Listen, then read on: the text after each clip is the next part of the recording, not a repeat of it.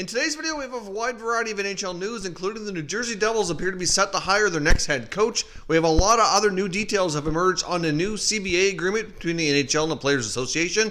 And we also have a very interesting trade rumor involving the Pittsburgh Penguins and the Vegas Golden Knights. We'll jump into all the latest news coming up next.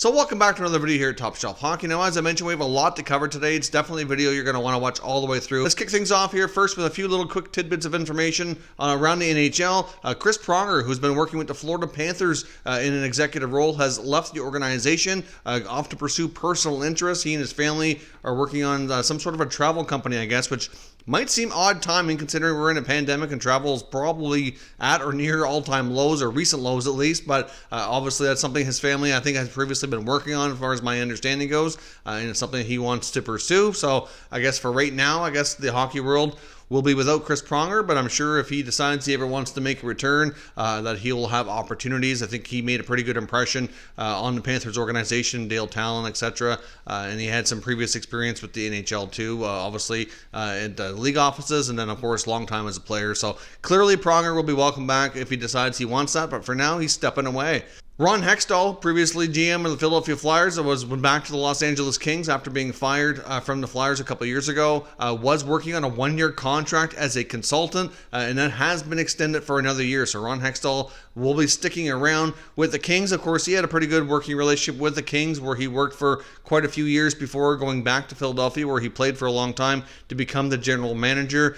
So obviously, I would assume at some point he'd probably like another crack at being a GM, but for right now, I guess he'll ride things out in Los Angeles and wait his next opportunity.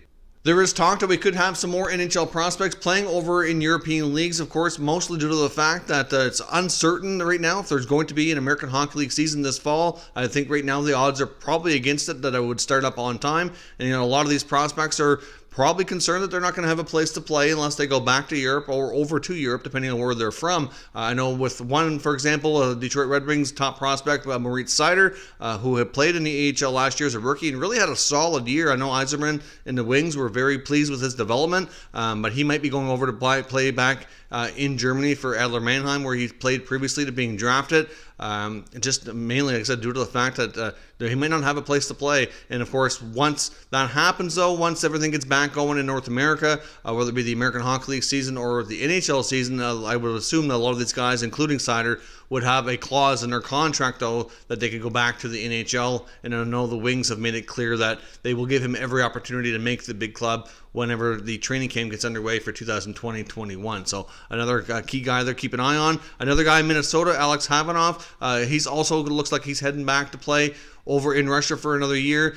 Clearly needs some more development, needs more time. Minnesota still views him as a fairly highly touted prospect, thinks he has a lot of opportunity to be successful in the NHL, but with a lack of minor pro leagues in North America, playing over in another league would get him on the ice and get him some more time, and then development would probably be best for him. So he's likely playing over in the KHL next season.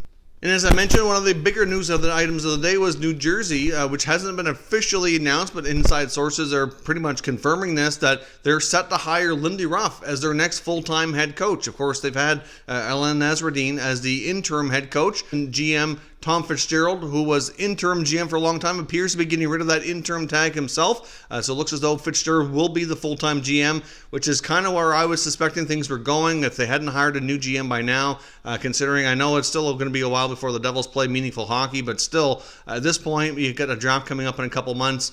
You probably don't want to be making too many changes. If you're going to, I would think you're doing that by now, but I know it's been reported, we've talked about it numerous times here on the channel, that he appeared to be interviewing several candidates for the head coaching position, many who had some very impressive resumes and have had a lot of success over the years. Ruff was a more late contender that we just kind of learned about recently. It was reported that he had talked to guys like Peter Laviolette and Gerard Gallant, so I guess to some degree it's a little bit surprising that Ruff would get the job over them. We've seen different reports out there. It's hard to say what's true at this point, but I've seen one report saying that Laviolette was being considered for the job but wanted more term and money than they were willing to pay. I've also seen a report that Gerard Gallant kind of backed out after being interviewed, so I really don't know what's going on there exactly for sure. But I know this, Lindy Ruff, I know there's been a lot of negative comments about the hiring online. I was a little bit surprised as well. It'd be nice to see some younger coaches get more of an opportunity instead of the same one's been recycled over and over again. But he's been around the game in a really long period of time. He had a really long run in Buffalo. He's obviously coached in other places as a head coach and an assistant as well. He's, up there on the all-time wins list. He's had a lot of success, so I guess we'll give him an opportunity here, but clearly that team could use some more structure. They have a lot of good young pieces that they need to build upon to keep things going here for the future. So I guess we'll see how things go, but we did learn a little bit more too around some of the key dates for the NHL Return to play, which is part of this package being voted on right now. More than likely by the end of tomorrow, by tomorrow evening likely, we should hopefully have an announcement that everything's been voted on and ratified and passed to move forward. I know the NHL Board of Governors are having a conference call to vote, I believe tomorrow late afternoon, and the players' vote is already ongoing right now and expected to be concluded sometime on Friday. So hopefully sometime tomorrow we'll have full announcement that everything's been accepted on both sides. So as I mentioned, here are some of the key dates to look out for. July 13th, we have Phase 3 beginning, which is the mini training camps and all of the NHL locations.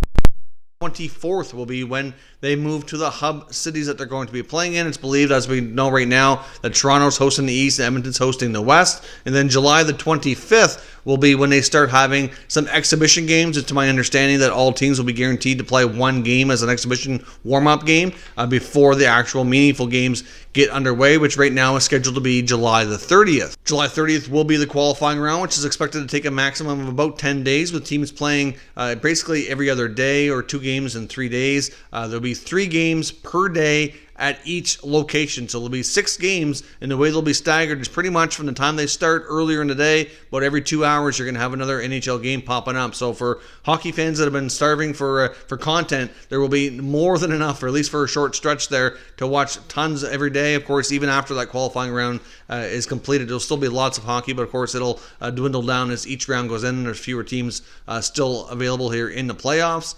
And that takes us all the way down to October 2nd, which is the last possible date for the playoffs to conclude, with the Stanley Cup being handed out either that day, if not sooner, depending on, of course, on how long each of these series take. And then, of course, the NHL free agency period will start about 7 days after the end of the regular season. So obviously free agent frenzy is going to be probably a little bit of an odd time, probably looking at around October 9th, maybe a day or two before, depending on how long the playoffs actually end up taking to complete. Here's some other items as well that have been put into the CBA going forward. Now, speaking of free agent frenzy, this one will have a big impact. The free agent interview period, which teams were allowed to interview players before free agent frenzy actually started, will no longer be in effect. That's gone now from the new CBA. Whatever time the free agent talk starts, then they can start the phone calls and begin negotiating. So obviously that will have an impact on some teams. Obviously there was a lot of players that were visiting teams, having lots of interviews and meetings prior to, so that will be a big change on free agency moving forward.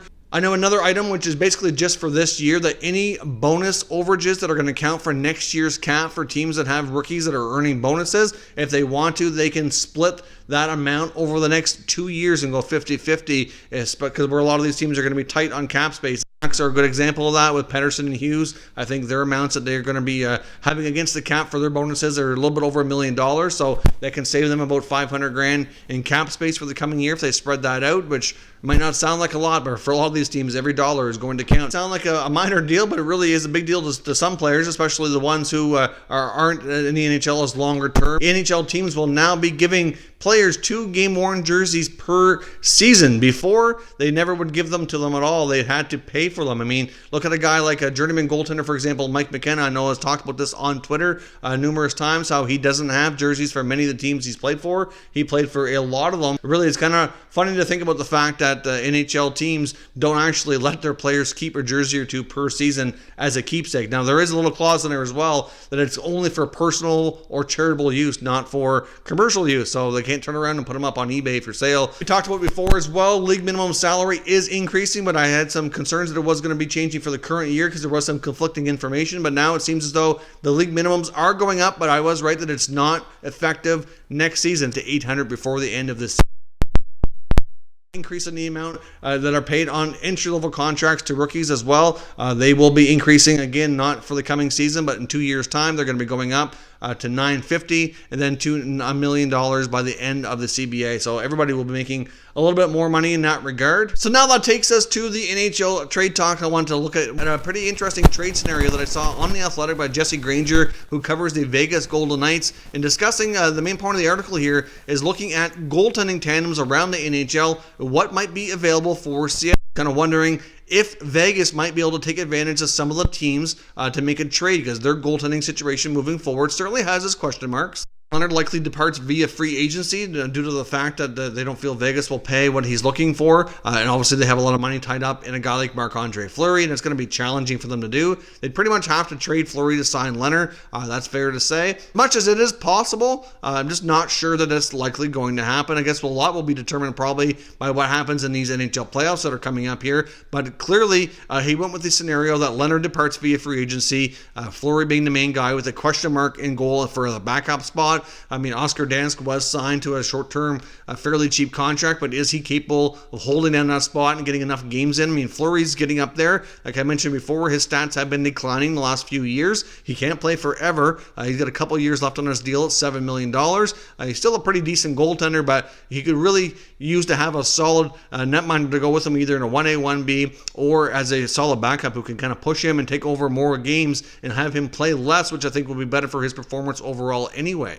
So after going through several NHL teams who had some good goaltenders that are likely going to be available in the expansion draft, he kind of came to the conclusion that the Pittsburgh Penguins, which is obviously one of these teams, are going to be in this position again, and that they might not want to lose another goaltender to expansion, which could force them to trade either Matt Murray or Tristan Jarry. Of course, that's not really a new topic that we've seen before. We've obviously discussed that scenario, and I do think it's very likely to unfold. I know last year there was a lot of talk that Tristan Jarry was going to be traded, but they didn't do that, and really he outperformed Murray this past year. He's coming off one of the the worst years of his career, really this past season. So obviously this play-in series, obviously these playoffs could change that again if they give him the net and he goes on another run. Well, obviously they're likely going to stick with Matt Murray. He's got a couple Stanley Cups to his name, so it's an interesting thing to look at. But Granger writes in this article a really interesting scenario about the possibility of Vegas getting another goaltender from Pittsburgh and maybe trading for Matt Murray. So assuming, again, like I said, that Leonard leaves via free agency and of course Fleury's there, they bring in Matt Murray, of course, via trade. He's a restricted free agent, needs a new contract. Hard to say exactly what that's going to cost, but I know from Pittsburgh's standpoint, it's going to cost more than Tristan Jarry, so that might make sense. That's the scenario I felt that is likely going to happen, and he would be traded. But at the same time, going to Vegas would be complicated from a cap perspective. They'd have to give up a pretty decent contract going back the other way to make the money work. Looking through their roster, I wonder maybe if a guy like a William Karlsson, I know obviously he had a massive first season and kind of came down a little bit, but he's still an important player to them. But obviously look at a guy like Wild Bill on Pittsburgh. Well, he could be a really, really, really good number 3 center iceman with the kind of contract that they're looking for. It's unlikely that a guy like Nick Bukestad returns to Pittsburgh, so he's probably not going to be holding down that role. We've seen them try out numerous guys over the last few years, like Broussard, even Riley Sheahan, and just, they need that. They really could use that extra guy down the middle to really insulate them 1, 2, 3. If you had Crosby, Malkin, Karlsson, and if he continued to play anything close like he's played in Vegas, that would be a tremendous opportunity for Pittsburgh to get a player like that into their lineup. Now, that's just me guessing on what the return would be, because obviously it'd have to be somebody who's making a decent amount of money. It could be a different guy off the roster, but I would imagine based on Pittsburgh's situation that it would be somebody in that kind of a situation positionally that they would want in return. But obviously that would be complicated for both teams to pull off. But it's an interesting thought if you get Murray and Fleury back together in Vegas, even if it's only for 1 year, then at that point, I guess the likelihood would be that either Fleury would be later traded if possible, or they could possibly make Fleury available and he could end up going to Seattle. Could Matt Murray go to Vegas, take Fleury's job, and make him available in the expansion draft, which is basically a deja vu? Was there a long time. Murray comes along, basically took his job, made him expendable. Fleury goes to Vegas in the expansion draft, and now could be the same thing happen again. Concept to think about. Difficult for both teams to pull off, but certainly an interesting scenario that I wanted to present to you here today to see what you guys all thought of this trade proposal. Do you think it's quite likely that Pittsburgh does trade Matt Murray, which I think most of us can probably agree is a pretty likely scenario, but could he end up going to Vegas, working for a season with Fleury, and then pushing him out, I guess, and taking his job again and causing Fleury to be expendable in the next expansion draft? Let me know your thoughts down in the comments, and we'll continue the conversation. Thank you for watching, and I will catch you next time.